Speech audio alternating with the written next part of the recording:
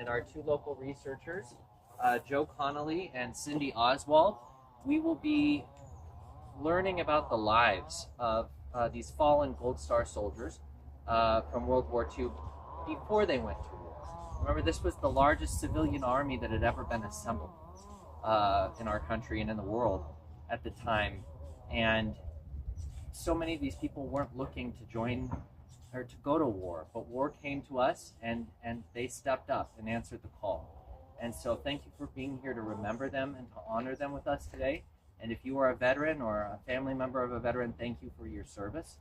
And with that, I'm going to turn, my name's Sean Manwaring. I'm with the El Dorado County Historical Society, and we appreciate you being here. My name is Cindy Oswald. I'm a member of the El Dorado chapter of Daughters of the American Revolution. Cindy, we're gonna, sorry, Oh, check yeah, our right. sound I real need to fast. do my mic, right? Yeah.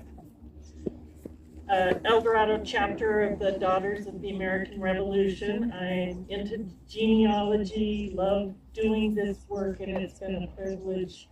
I want to thank the Historical Society for sponsoring this event, making it happen. 6 months ago, Save the Graves, Mike Roberts introduced me to Joe Connolly, and since that time we've written over 50 stories of Gold Star veterans here in El Dorado County. We have about 10 more to go. Woo! Yeah. And when I say we wrote these stories, it's documenting them online, and we have some experts here with stories behind the stars, and we'll get a chance to go into that program if you're interested and answer questions. Questions about the cemetery. We have Mike Roberts, and I'm looking around, and I know I have history experts all around me who know more about this county than I do. But we'll start with George William Schroth Jr.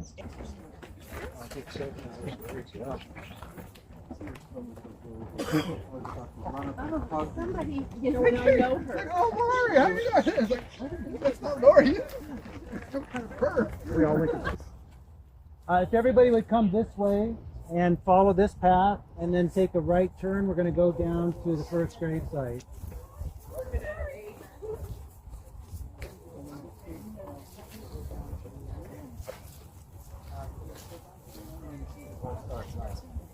These stories are in full, and we'll explain how you go access them as we go through the presentation.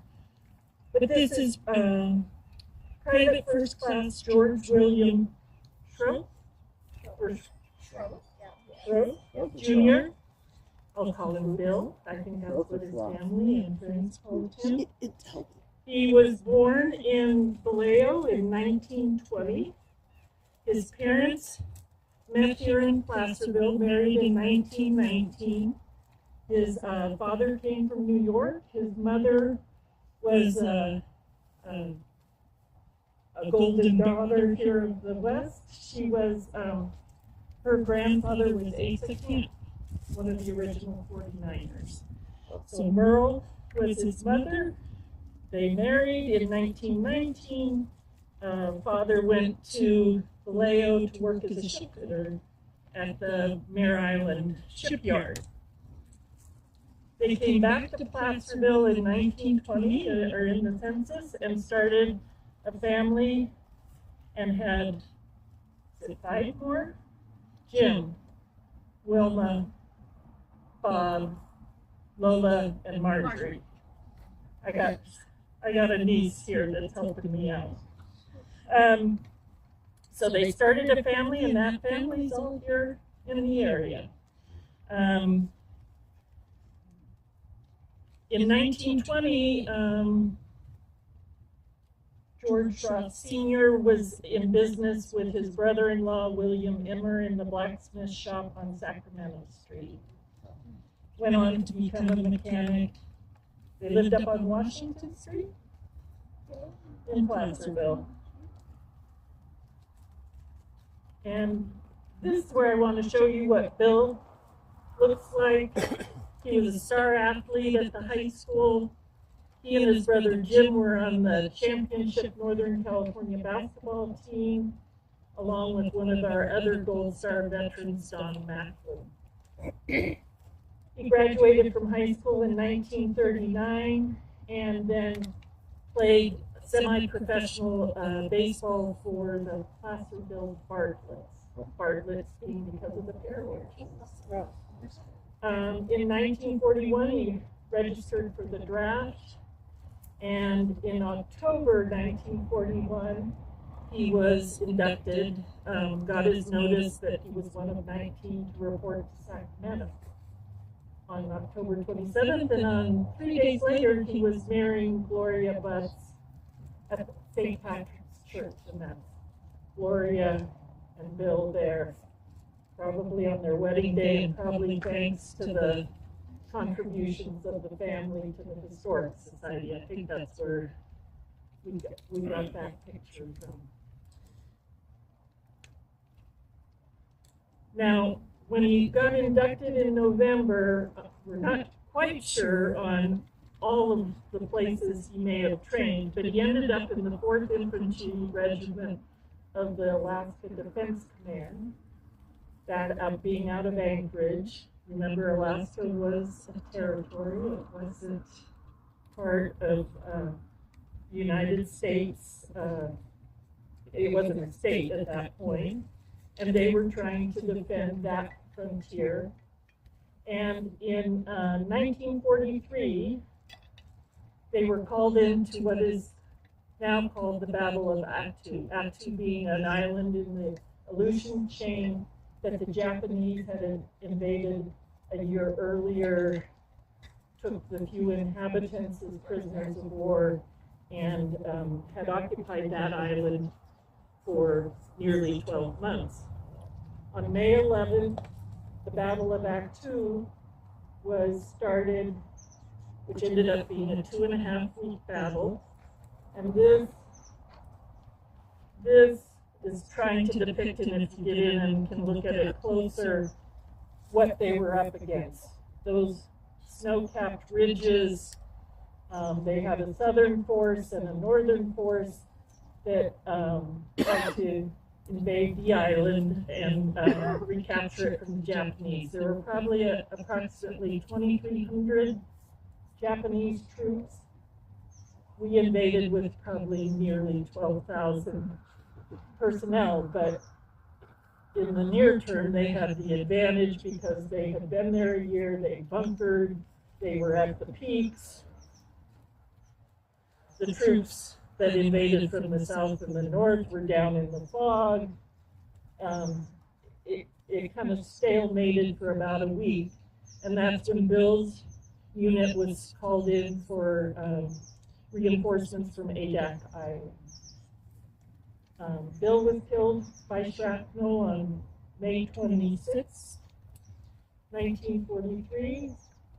He and 2 other of our Gold Star veterans died in the Battle of Attu. Stephen Farover, who's laid to rest at St. Patrick's Cemetery, and John Garrett, who's at Golden National Cemetery, Golden Gate National Cemetery. This is where Bill and those other 2 were buried at Little Falls Cemetery on the island, and then it would take 5 years to return his remains here to Placerville. He was buried in 1948 and had military escort and American Legion support for those ceremonies. But so it was 1948, 3 years after the war was over, before he got back to Placerville. And today we remember him. Cindy, maybe we can take a moment to explain. If you have those pennies now, this is where those come into play. After the Vietnam War, it became a tradition to pay respect or homage to a fallen soldier by leaving a penny on their monument. If you were served in boot camp together, you would leave a nickel. If you saw action together and were deployed together, you would leave a dime. And if you were with them in action when they fell, you would leave a quarter. So what is appropriate for most of us, given even that the veterans here likely weren't with these Gold Star veterans during World War II, is to leave a penny at each monument. And we invite you to do so if you feel so inclined with the bag of pennies we provided early on. We'll give you a moment to do that, and then I had one other thing I should point out is that in 1953, the Disabled American Veterans Chapter number 63 was named after Killian and Shrope. And so he's recognized by that chapter, and I think I'm certain his mother was part of that chapter, right, Suzanne? Yeah. thank you. Yeah. Very touching. And just behind us will be our next stop, where you see the Gold Star flags. So just look for those Gold Star flags today. Kevin pointed out to me, does everyone know what the Gold Star flag represents? Or anyone? Yeah, it began after World War I, where mothers of veterans would have a Blue Star flag. And if you had 2 sons in the war, you'd have 2 blue stars. If you had 3, you'd have 3 blue stars. But when one of those sons didn't come home, it was made into a gold star. They would hang them in their windows. This tradition continues to today. And Gold Star today is as much in honor of these veterans as the families that really represent the Gold Star family. All right. Roscoe Doane Cook Jr. We have another junior. He was born in Stockton in 1923. His father was a World War I veteran, and they were in Stockton. He went to grammar school at Riverbank Grammar School. His father was working at the Santa Fe Railroad station, but then bought the Riverbank dairy and operated that for a time. And then they moved to North Sacramento. Do I have any Cook family here? They moved to North Sacramento, where Roscoe Sr. began a service station. It eventually evolved into Cook's Ace Hardware on Del Paso Boulevard that the family ran for years till it closed.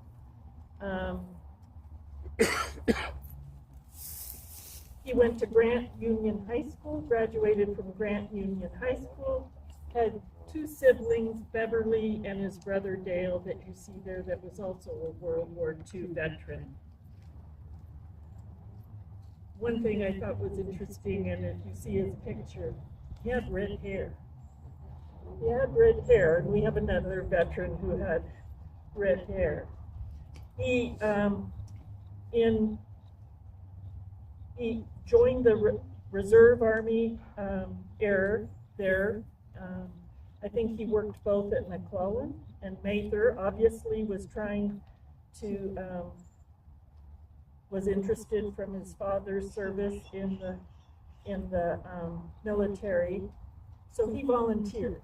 He wasn't drafted. He volunteered for the military and enlisted in June of 1943. He got selected for specialized training at New York University through the Army and went and attended that, and I would suspect that's where he met Eleanor Metz, a Jersey girl, and brought her to the West Coast, and they got married in June of 1944 at his parents' home. And they went then to, they honeymooned at Lake Tahoe. This is reported in the paper. And in August of 1944, he got transferred to the 104th Timberwolf Division. That symbol was from the Northwest. It was attributed to Camp Adair in Oregon. So he's in the 104th Infantry Division, the 414th Regiment. And in August of 44, they load up on 24 trains and to go to Camp Kilburn in Jersey for the boat ride to France.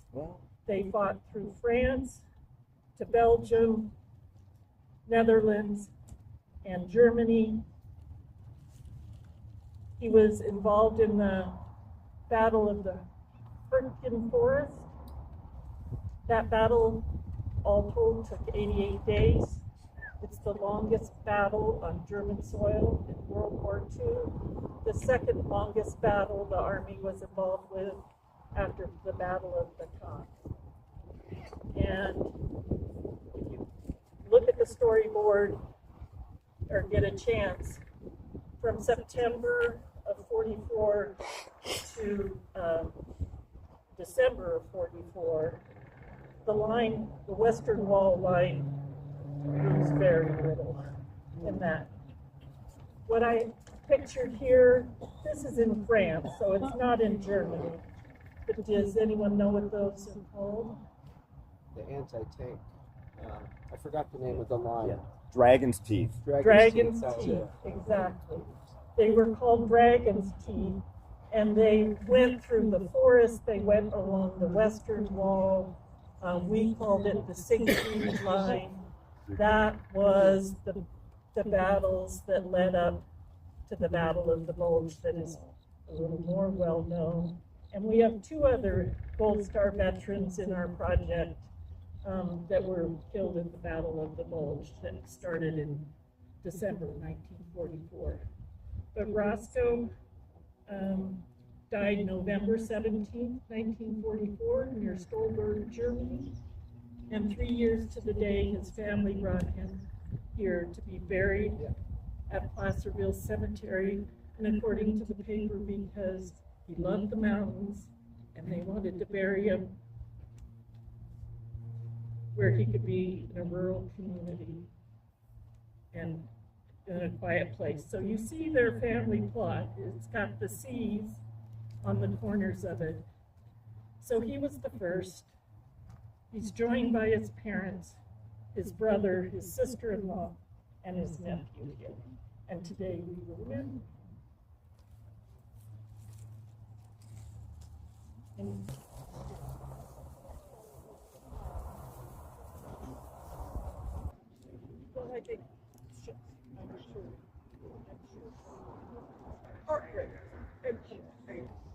He was born in 1925 in Salt Lake City, Utah. In 1928, his parents moved with his half-sister Mildred to Placerville, where Lester Sr. was partnering in the Round Tent Cafe. We're gonna get this fixed. Okay. Thank you. He was partnering in the Round Tent Cafe, which he went on to run, have sole ownership from 1940 to 1966, the year before he died. Clyde joined the Sons of the American Legion in 1934. That would make him 9 years old. He graduated from high school in 1943, and we have a picture of what El Dorado County High School looked like in the 40s. This is probably 1957 colorized, but it's the same high school. There was one high school in the county. In 1930, the whole population of El Dorado County was probably about 8,000. By 1940, it was 13,000. So which was pretty rapid growth for the times. But one county high school which he attended. Yes, they took this down in 1972-ish. and built.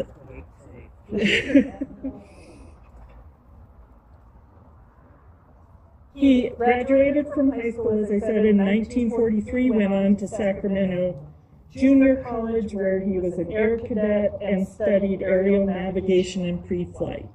I think all the young men around here wanted to fly. You know, we had the two airfields between Mather and McClellan, and it was just, I think, what everyone wanted to do. He did training in Texas and New Mexico. He was training to be a radio technician. He enlisted in 1944.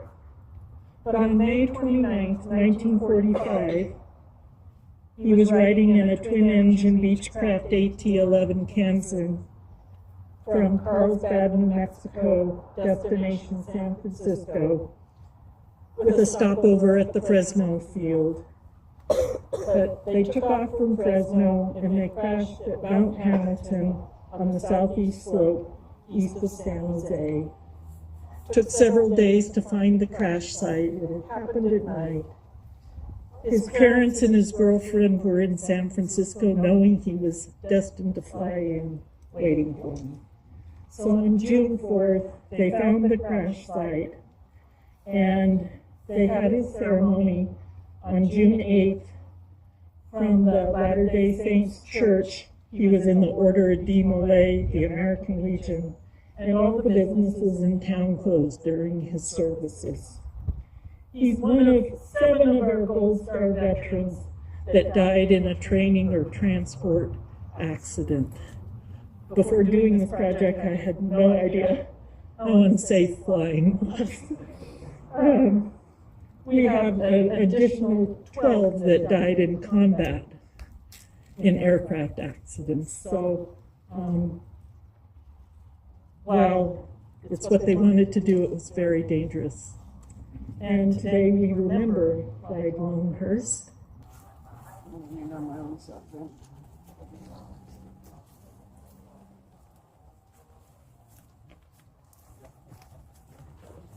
Do you go to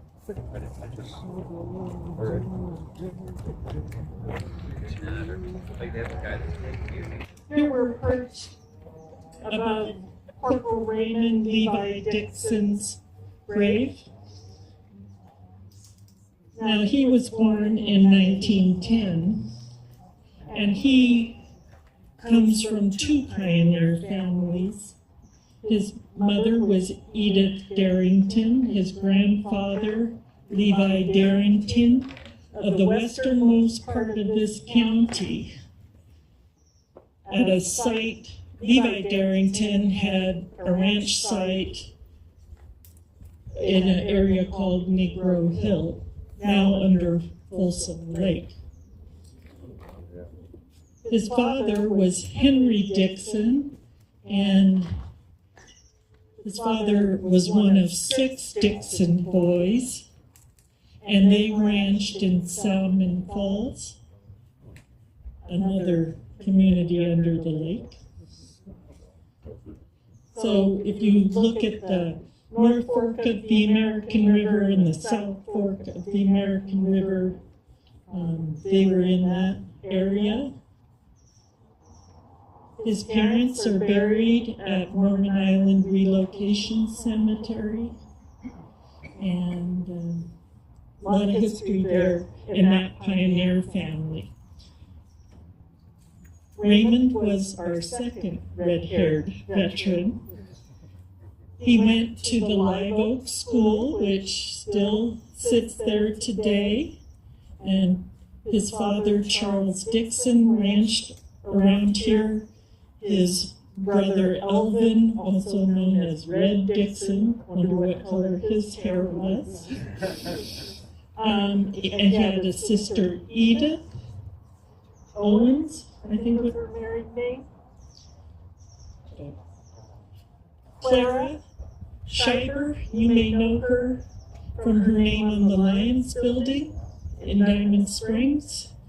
She was a big-time philanthropist in the area.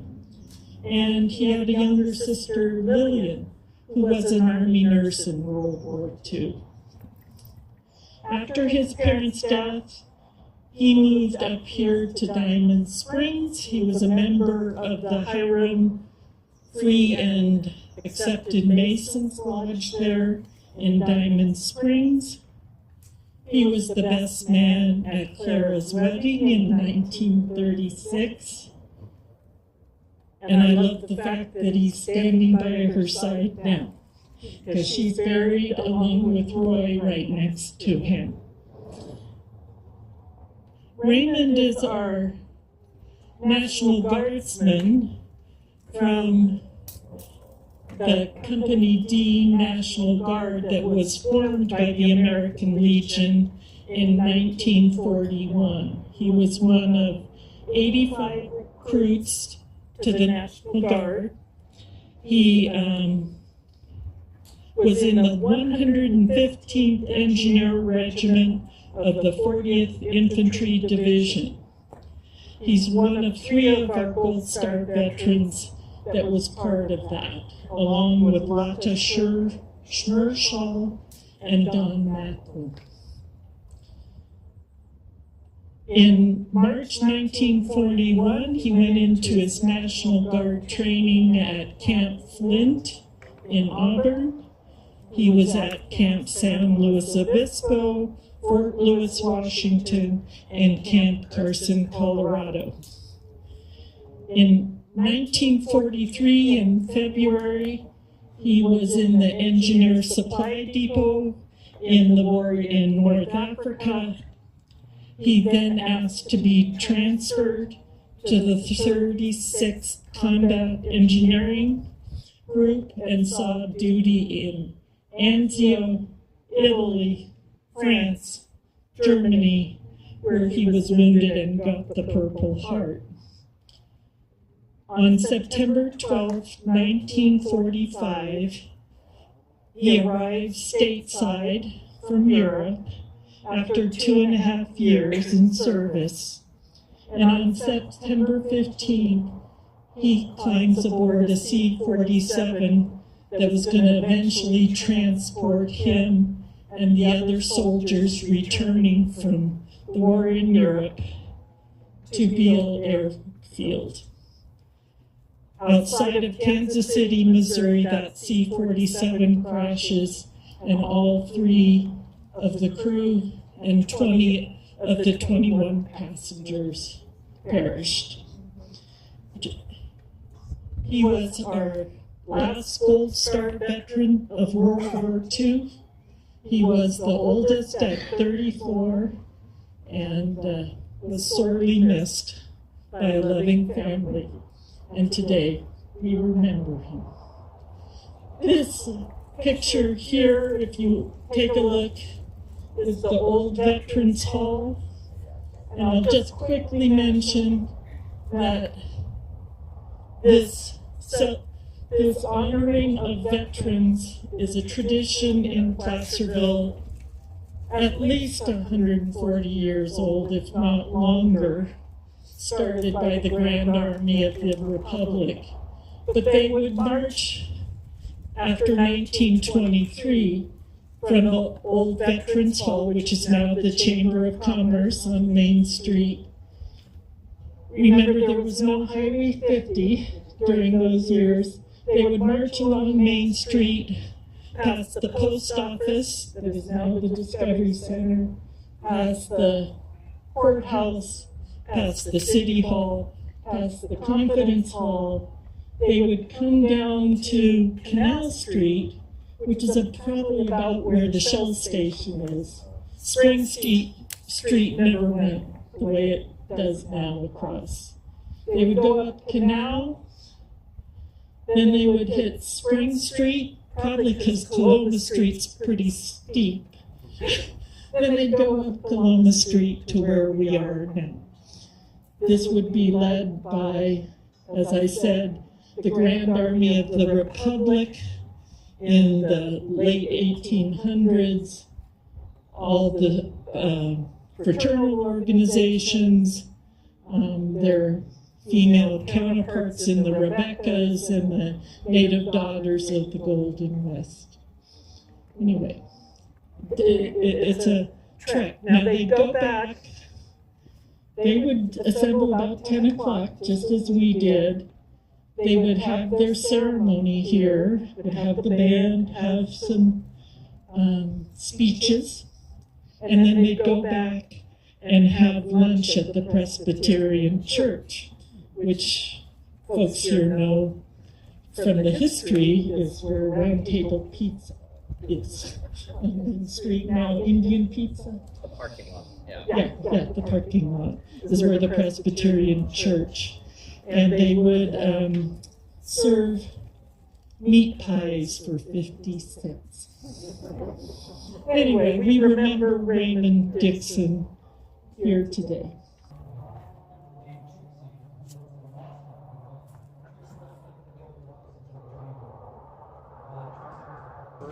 Okay. First. Okay. We're going. We'll do it from the bar. And is this the old school site? It's still there. No, it's Live Oak School. So if you go down Rattlesnake Bar, you'll see It's it? down in that area. Yeah. Really?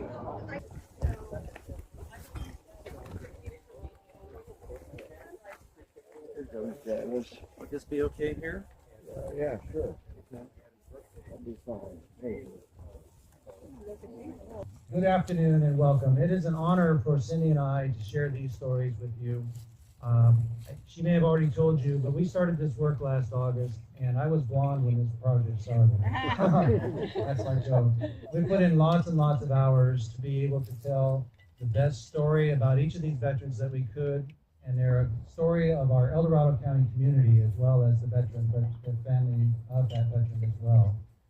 We're just giving you a taste of what's available online. You'll be able to read all these stories and see incredible images. For Peter Passati's story, there are at least 30 images on those, and they've been generously provided by his niece, Janice, who's going to tell his story right after I make some introductory remarks. Imagine today that we're gathered here, and it's October 11th, 1944, and we would have just come from St. Patrick's Church, where the final rites and service for Pete was held 3 days after his death from tuberculosis that he contracted in North Africa. Gathered here at this setting were his mother, Eleanor, her two daughters, and her older son, Elmo, who was not in the war, but was operating the family farm at what is now the Boger Winery. And if you've been to the Boger Winery, you know the stone house that's there. That was the Passati stone ranch house that was built in 1856 by their descendants. Pete was predeceased by his father, John, in 1933, and John is interred at St. Patrick's Cemetery here in Placerville. Eleanor's youngest son, Jack, who is here to my right, he was serving in Europe with the 66th Armored Regiment in Europe. In 1945, he received a Silver Star Medal, one of our highest medals for heroism in combat. And he received also a Purple Heart Medal after he was wounded in another action fighting in the Dutch and Belgian area. When he returned after the war, he was killed in a logging accident in 1960, and he's interred here alongside his mother. She's between both of her sons who served in the war. Also gathered here were members of El Dorado Post 119 of the American Legion. They were here to render military honors to Pete, and they were also here in tribute to his mother's service in their auxiliary. Eleanor not only served in the American Legion Auxiliary, but she was also in the auxiliary of the Veterans of Foreign Wars Post 2680. Pete's coffin would have been draped with an American flag, and the Legion's Honor Guard would have folded that flag and presented it to his mother prior to his interment here. Pete was hospitalized first in September of 1943 in North Africa with a severe case of tuberculosis. His tuberculosis case was so severe that he was discharged on January 3rd, 1944, and he was brought back to the United States. He was first sent to the military hospital in Texas, and then he came to the Livermore Veterans Hospital here in California, which was a former tuberculosis ward prior to the war. What took Pete to North Africa at the time was Operation Torch. It was an Allied amphibious operation that made 3 landings across the north coast of Africa. And it was where we started to defeat the Axis forces of Germans and Italians and so on.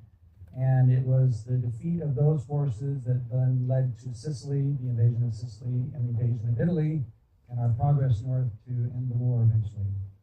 Pete was a tank mechanic with the 301st Ordnance Division. It was a specialized technical unit created with experienced automobile industry mechanics and business managers from throughout the United States. And that is a story in and of itself. It's my honor to introduce Janice Fasati and let her tell you about this dear man named Placerville Pete by his fellow Christians. We refer to him as Sweet Uncle Pete. So you're in Fasati land, you're sitting on my parents. That's okay. And then we have both sons. Here's Uncle Pete, Uncle Jack, and my sometimes cranky grandmother. And then there's another spot right here I'm debating about. So I don't know who they got this for, but I'm the last remaining soldier, so I could take it if I wanted. So Pete was a prolific writer, and our family never threw anything away. So I had 2 boxes of letters from Pete and Jack. And what's interesting is their grammar was perfect, and Jack went to 8th grade, and like all people then, his penmanship was beautiful, which says something about education today. Anyway, we saved all the correspondence. He was described as kind, considerate, and funny, and those attributes and much more come alive in his correspondence. All the letters were signed, "I remain your brother Pete."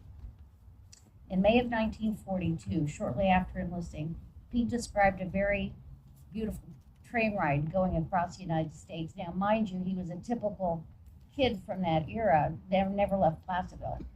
So everything he saw was new. You'll understand that more as I go on. Then, during that ride, he first became aware of how other people lived. While going through the South, he said, "I can understand why all the Okies and Arkies come to California." He just thought it was not a pleasant place. He also, for the first time, saw how Negroes lived. And he said, "The houses you would not let a poor cow live in." He saw very few tractors and all mule teams, sometimes 15 to 20 in a field. And of course, here they'd just gotten tractors, but they still had their teams. After his insightful train ride, he arrived at Camp Sutton, North Carolina. While there, he obtained the nickname of Placerville Pete. Ever the farm boy, he described the place as just as dirty as the dirtiest disc orchard in the county, and you can imagine that. Subsequent letters described the camp as the hellhole of creation. Pete provided other vivid descriptions of life in training camp. In 1942, while in South Carolina, he wrote, "This company is terrible, never a dull moment, from the time you roll out to the time you go to bed at night, whenever that is. All you have to do is listen for a whistle, take orders, and kill flies, and beat the heat. The flies are in the millions, I mean zillions. Well, they're so thick you can scoop them off your plate with a spoon."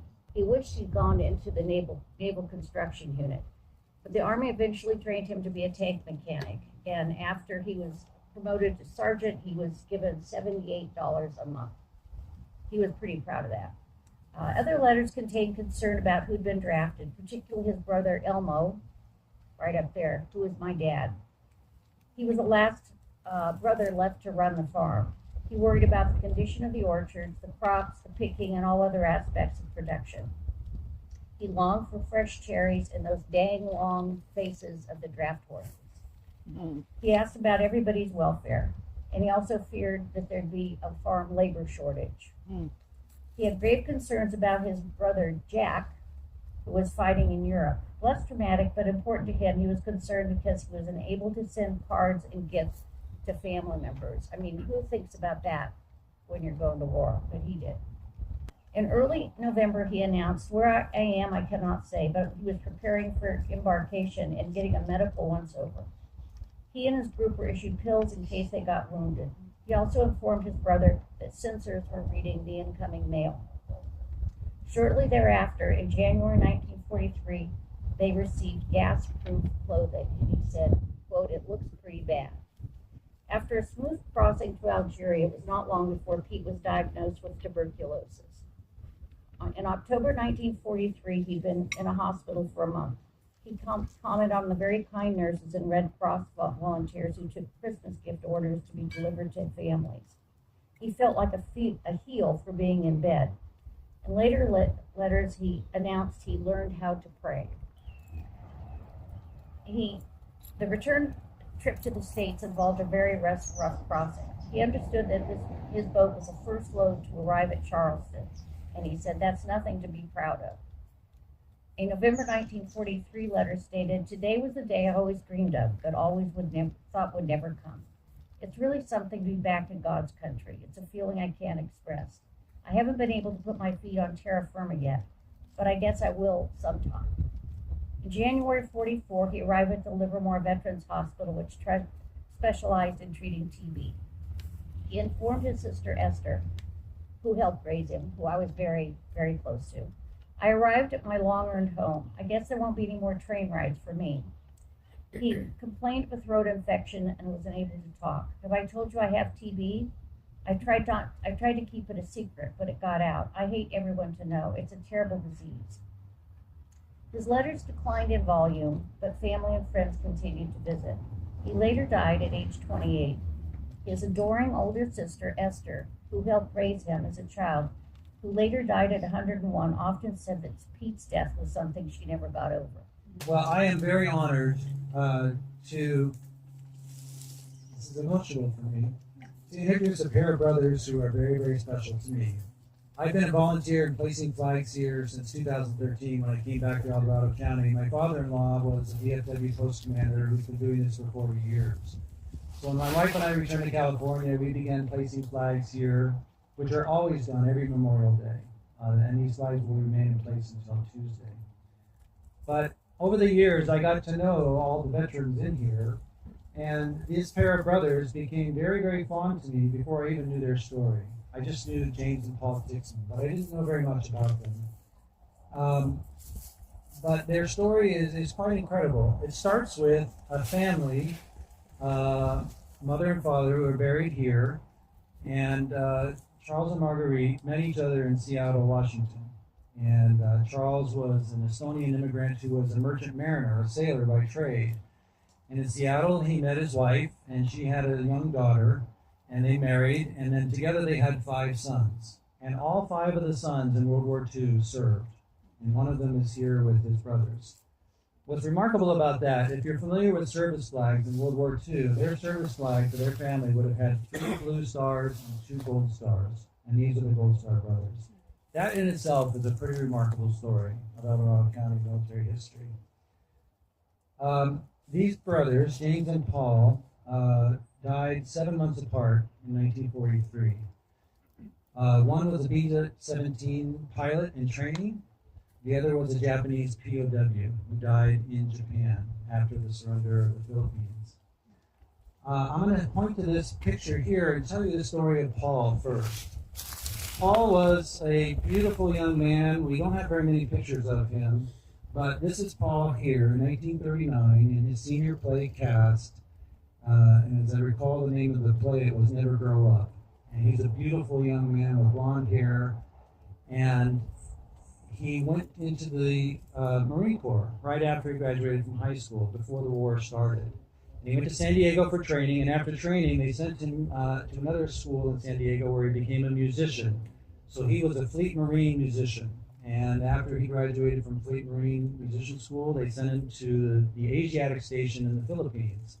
And he was stationed at Cabot Navy Yard, which is here in the south end of Manila Bay. So when he arrived there, he was part of musics and processions for military parades and so forth. But in 1940, that ended towards 1940 and 1941. They put a rifle back in his hands because the threat of Japanese invasion was coming. So he reverted to a Marine rifleman. And he was stationed at an anti-aircraft battery at the south end of the Cabot Navy Yard. And so when the Japanese came to attack the Philippines by air on December 10th, they obliterated this yard. It actually was completely destroyed by fire and bombing. The Japanese planes were never touched by American fire because they had obsolete weapons and ammunition, and the planes simply just flew over the range of the guns and bombed without any interference whatsoever. After Cape at Navy Yard, he and his fellow Marines and other sailors, they made their way over here to the south end of Bataan to a place called Maribelis, and then they crossed over to Corregidor Island.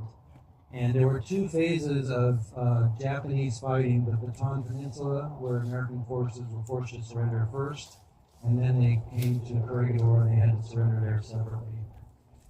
When his group surrendered, they spent their first 17 days at a place called 92 Garage. It was an seaplane base. And there were about 11,000 people there on a small beach about the size of 5 football fields, with no water, no food, no shelter. They brought what they could when they surrendered, blankets and so forth, and made impromptu shelter, but they were really on their own. And then they were put on ships, taken to Manila, and he was taken to a prisoner of war camp in Cabanatuan, which is about 65 miles north of Manila. Most of the prisoners that surrendered ended up in those camps in Cabanatuan, but the Japanese also selected many of them to go to Japan to be forced laborers, and Paul was one of those. So he was taken on what is called a hell ship, where hundreds or thousands of American prisoners were crammed into the holds of cargo ships with no food, no water. Many of them died in transit, and they made their way north from the Philippines to Formosa, which is now Taiwan, and then to a port in Japan called Moji, which is on the western shore of Japan. And from there, he was taken by train to a camp in Osaka, Japan, called Umeda, number 2. And he was the 23rd prisoner in that camp to die from dysentery in 1943, January 1943. He remained there, thankfully, and was returned because of a remarkable event where he was cremated and his remains were taken to a Japanese temple, the Juranji Temple here in Osaka. And the Buddhist monks there cared for his remains and the remains of over 1,100 Americans who were cremated. And they stayed there until 1945 after the war. And then Paul's remains were taken back to the Philippines, where he was temporarily interred. And then when Americans were starting to be brought back home, he was brought back home, I believe it was in 1948. And thanks to the Japanese monks, he's here alongside his brother. It's an incredible story. There's incredible detail in that story. And thanks to a group called the American Defenders of Bataan and Corregidor Memorial Society, they helped us fill in those details. And I went to their convention last week so that I could tell his story to the descendants of those soldiers and sailors. So his story is well known already. His brother, James, is here, another handsome Tixman man, very handsome family. He was the youngest of the 5 brothers, and he was also the most senior in rank. He went into the Army as an enlisted Army man, but he was chosen to be an airman. In the Army Air Corps, he went through the 3 phases of pilot training that most people went through to fly airplanes. And he was a B-17 pilot who went to Ephrata, Washington to begin what's called operational training. That's where you meet your crew. You were assigned to a type of aircraft, in his case B-17, and you started to learn how to fly that particular aircraft and prepare for combat going overseas. He was just in the very beginning of his operational training at Ephrata, along with many other pilots, and they had gone on a nighttime bombing mission, and that was successful. But coming back from the bombing mission, turning to land, they were too low, and their tires struck the ground, and they rolled on the ground for about 200 yards on just the tires, trying to get airborne again. Unfortunately, there was a 1,500-pound horse in their way, and they struck that horse, and the horse knocked off the number 2 engine, which is on the left side of the aircraft, knocked off the wheels, and that debris went back and struck the tail of the airplane and wrecked the horizontal stabilizer and elevator. And so the aircraft was no longer flyable, and it careened across the terrain into a gully and crashed in a ball of fire and killed all 13 airmen on board. James was brought here, and after services, as Pete Casati was laid to rest with the veterans organizations and so forth. And they were killed 7 months apart, but the Tixman family didn't know anything about Paul until after the war. They had known that he was taken prisoner in 1943, but they didn't know anything about where he was or what happened to him until after the war ended. I always refer to them as brothers in arms and brothers in life. And they're just an incredible story.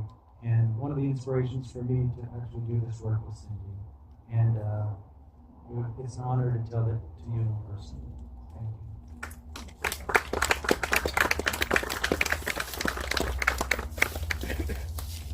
If there's any one question or two questions, I can answer those quickly, and then we're going to move on to our last story about Harold Avancino. Okay, if you can just join me again, close in over there. I'm going to tell you one last incredible story and then a tribute to all of our veterans.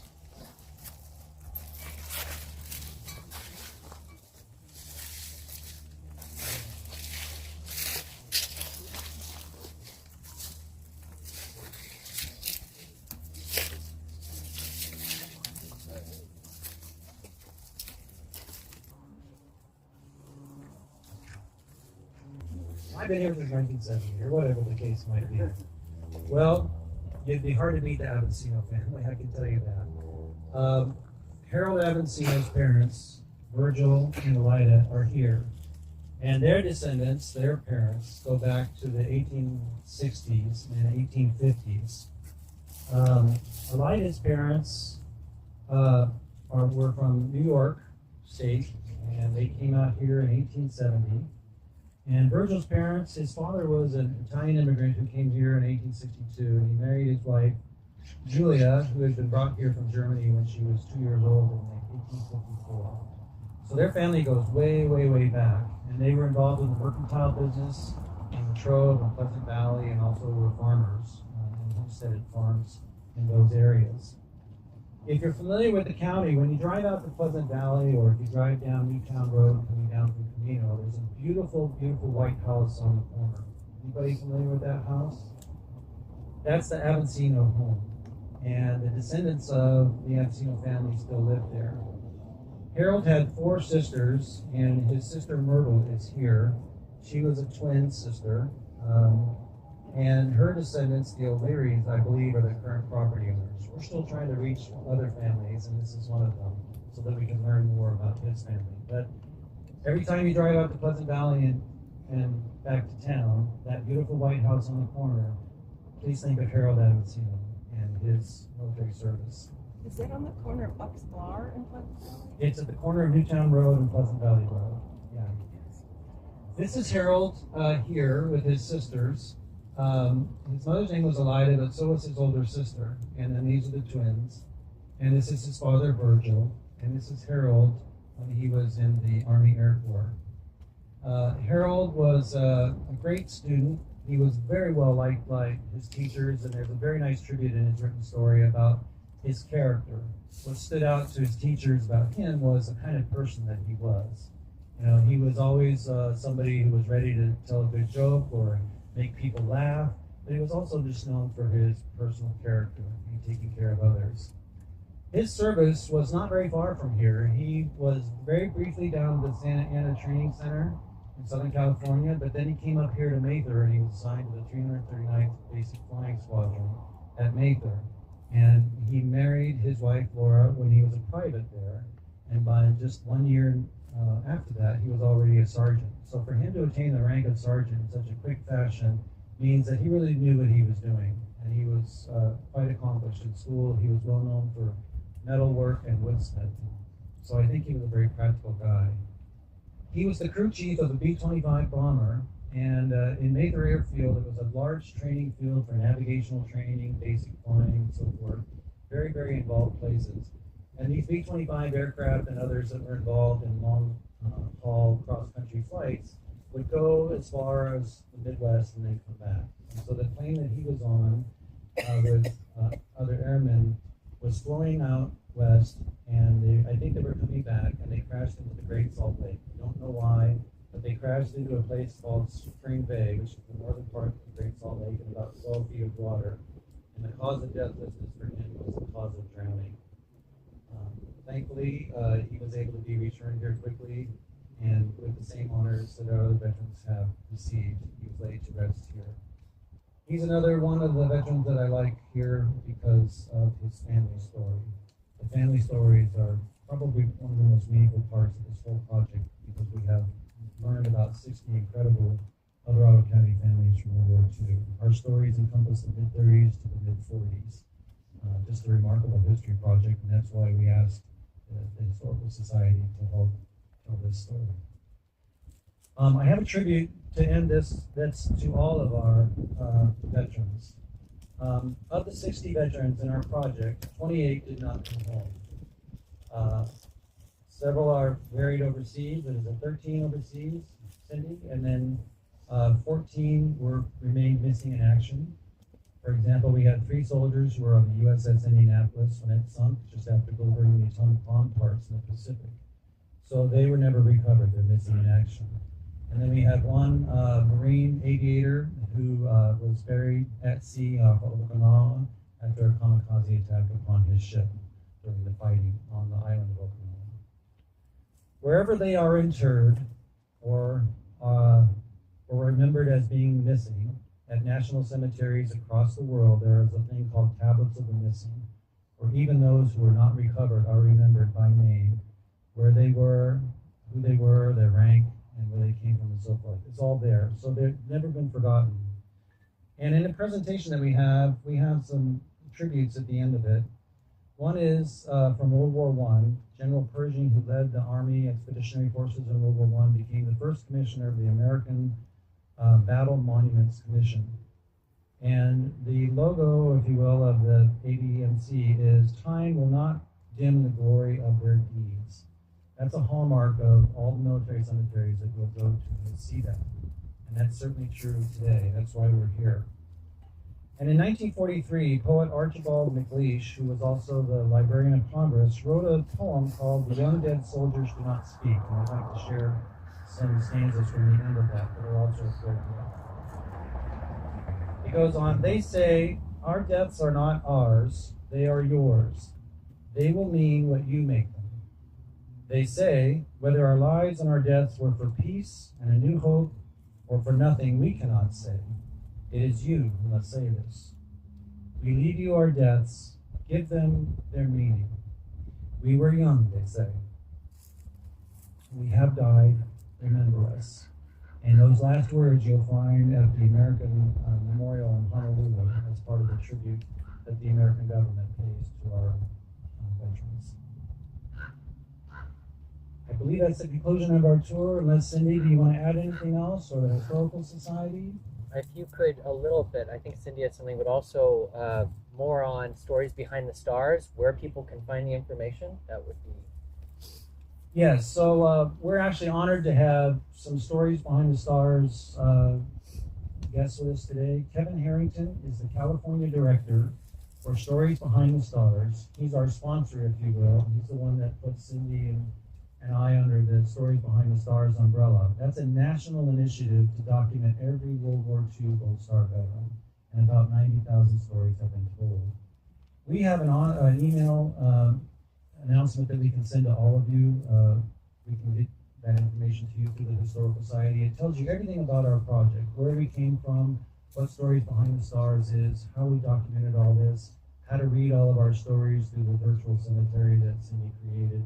It's all accessible, and we want you to see that information and to share it as widely as possible. We also have an author here who is also a veteran of the Stories Behind the Stars project. And he has written a book about 80 of his Gold Star veterans, right, from Pennsylvania. And John lives in El Dorado Hills, and I understand you're the webmaster for Stories Behind the Stars? I am. Yes. It's an honor to have both of you here as well. Thank you all for coming out today and for honoring the memory of our Gold Star veterans. Thank you to Stories Behind the Stars and to Joe and Cindy for your research and sharing with us. So I'm going to talk about the El Dorado County Historical Society that makes things like this and Save the Graves possible. So there's been a huge, tremendous resurgence in activity and events in the last year, thanks to the man on my left. And so it's an inexpensive thing to join and support, and everybody's getting a lot less support from the county than we ever have. So sign up and join the El Dorado County Historical Society. Thank you. And check out our calendar. We've got a fun program every month, immersive experiences where you go out into the field like this.